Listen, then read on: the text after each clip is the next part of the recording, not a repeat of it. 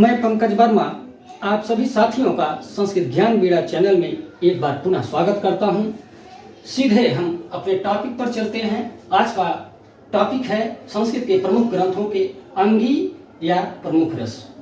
अंगी को ही प्रमुख रस, मुख्य रस आदि आप कह सकते हैं।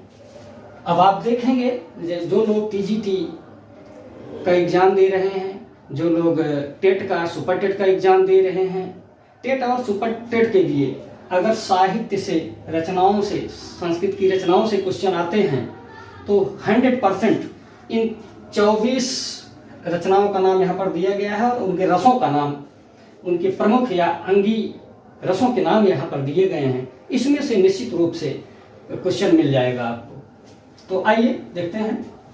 इधर रचनाएं हैं प्रधान अंगी या प्रमुख रस, फिर रचनाएं प्रधान अंगी मुख्य रस या प्रमुख रस। हम चलते हैं। पहला है, मैं केवल एक व्यवहारिक ट्रिक बताऊंगा, उसको आप दिमाग में बैठा सकते हैं कि कौन सी रचना में कौन सा प्रमुख रस है। तो आइए देखते हैं। अभिज्ञान शाकुंतलम, इसमें श्रृंगार रस है।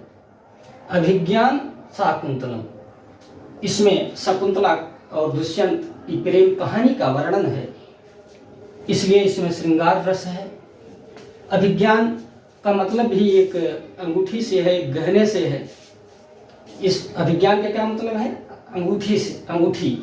तो ऐसे भी आप, जहाँ अंगूठी क्या होती है? श्रृंगारिक होती है। जो श्रृंगारिक लोग होते हैं वही लोग अंगूठी पहनते हैं। तो आप सीधे आप इसी से, अभिज्ञान शब्द से इसका आप अर्थ निकाल सकते, इसका मतलब ले सकते हैं कि इसमें श्रृंगार रस होगा। मालविकाग्निमित्रम, इसमें मालविका और अग्निमित्र की प्रेम कहानी का वर्णन है, इसलिए इसमें क्या होगा? श्रृंगार रस होगा।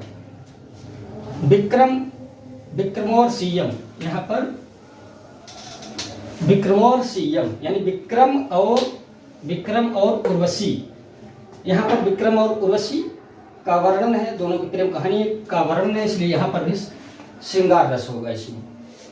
कुमार संभोम, कुमार का जन्म, कुमार कार्तिकेय के जन्म से संबंधित यह रचना है, कालिदास की रचना है और एक क्या है? ये महाकाव्य है। तो इसमें भी जो है क्या है? श्रृंगार रस है। इसको आप दिमाग में, कुमार माने कुमार कार्तिकेय और संभव माने उनका जन्म होना, उनका उत्पन्न होना, पैदा होना। तो किसी का जन्म होता है तो लोग सामान्य रूप से खुशियां मनाते हैं। आप लोग बरही और देखे होंगे, तो वहां पर आप इस तरह से आप दिमाग में लगा सकते हैं, दिमाग में ट्रिक बैठा सकते हैं कि कुमार का जन्म हुआ तो लोग खुशियां मनाएंगे, बरही होगी, तो श्रृंगार रस है। और उसके बाद मेघदूतम, यहाँ पर श्रृंगार रस तो है, श्रृंगारिक वर्णन है मेघदूतम में, कालिदास की रचना है। लेकिन उसके साथ चूंकि दूत, आप ऐसे दिमाग में बैठा लीजिए, मेघ को दूध बना के भेजा जाता है। जब दूत की बात कहीं आती है तो वहां पर दूत कब भेजा जाता है? जब वियोग होगा तभी दूत भेजा जाएगा किसी के पास सूचनार्थ। गीत गोविंदम, यानी इसको आप दिमाग में बैठा सकते हैं कि गीत कब गाया जाता है? गीत कैसा होना चाहिए? श्रृंगारिक होना चाहिए, आकर्षक होना चाहिए। तो आप दिमाग में बैठा सकते हैं कि गीत गोविंद में श्रृंगार रस है।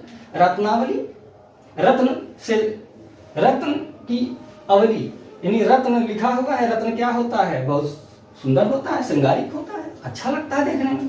मालती माधव, मालती और माधव, यहाँ पर जो है मालती और माधव का वर्णन है, यानी एक नायक है, एक नायिका है, तो नायक और नायिका का वर्णन है तो श्रृंगार रस होगा। मृत शकटिकम, यहाँ पर मृत और शकटिक यानी मिट्टी की गाड़ी। शकटिकम माने गाड़ी, किसकी? मृत माने मिट्टी की, मिट्टी की गाड़ी। अभी बच्चे क्या करते हैं, मिट्टी की गाड़ी अगर सुंदर नहीं होगी तो बच्चे उसको लेंगे नहीं, फूटी फूटी होगी तो लेंगे।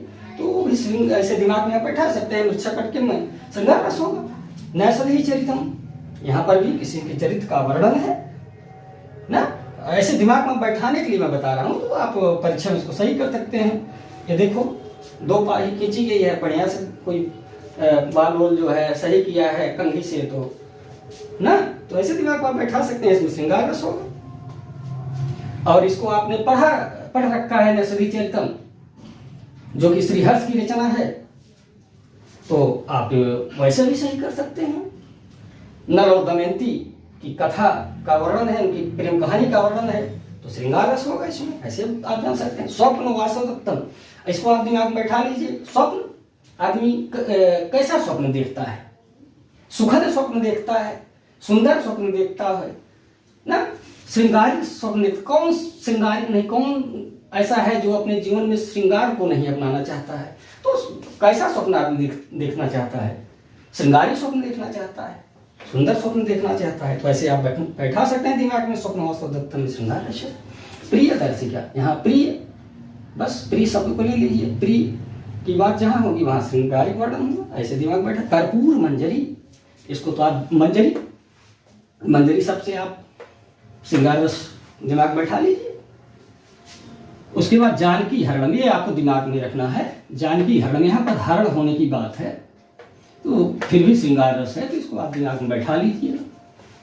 बाकी सारे में जितने भी श्रृंगार रस है, जितनी रचनाओं में श्रृंगार रस है, सबको मैंने एक तरफ से लिख दिया है पहले। उसके बाद वीर रस की रचना किरात अर्जुनियम है। यहाँ अर्जुन, किरात अर्जुनियम, किरात शिव जी है और किरात वेशधारी कौन है? शिव है। किरात अर्जुनियम में किरात वेशधारी शिव और अर्जुनियम माने अर्जुन, अर्जुन नायक है। ज्यादा कहानी ना बता के हम सीधे अर्जुन की चर्चा हो रही, तो वीर रस दिमाग में बैठा लेना है आपको।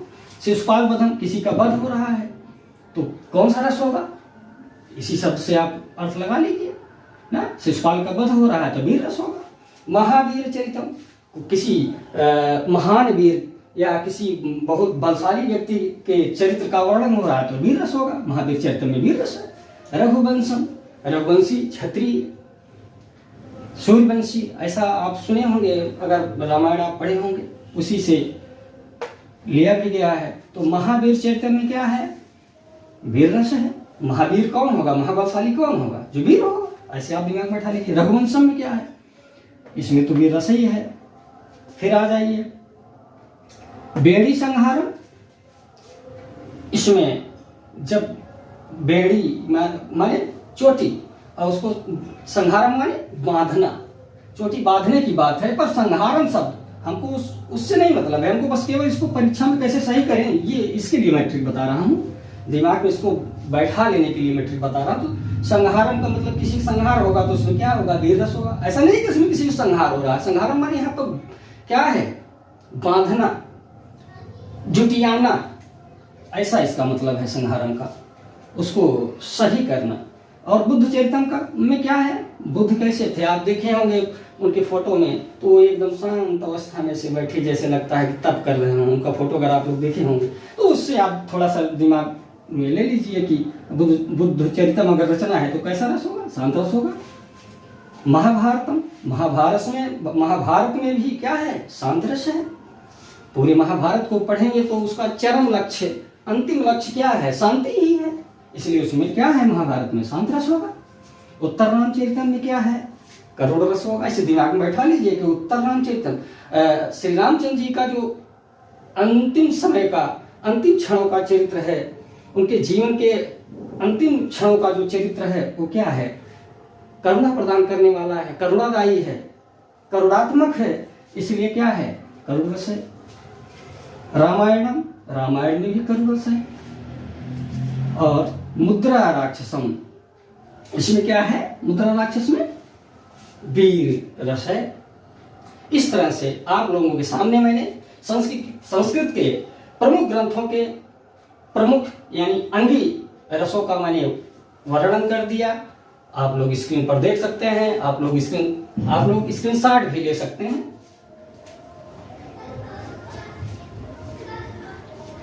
आप सभी साथियों का हमारे संस्कृत ज्ञान मीडिया चैनल में अंत तक बने रहने के लिए बहुत बहुत धन्यवाद। जय हिंद, जय भारत।